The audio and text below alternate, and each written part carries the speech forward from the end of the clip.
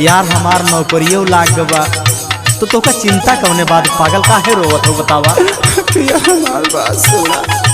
सुनावा का कहा था सुनावा। कुछ दिन और रुकी जाता हो बालमुआ, रुकी जाता हो बालमुआ, अपने लालना का मोहाता हो बालमुआ।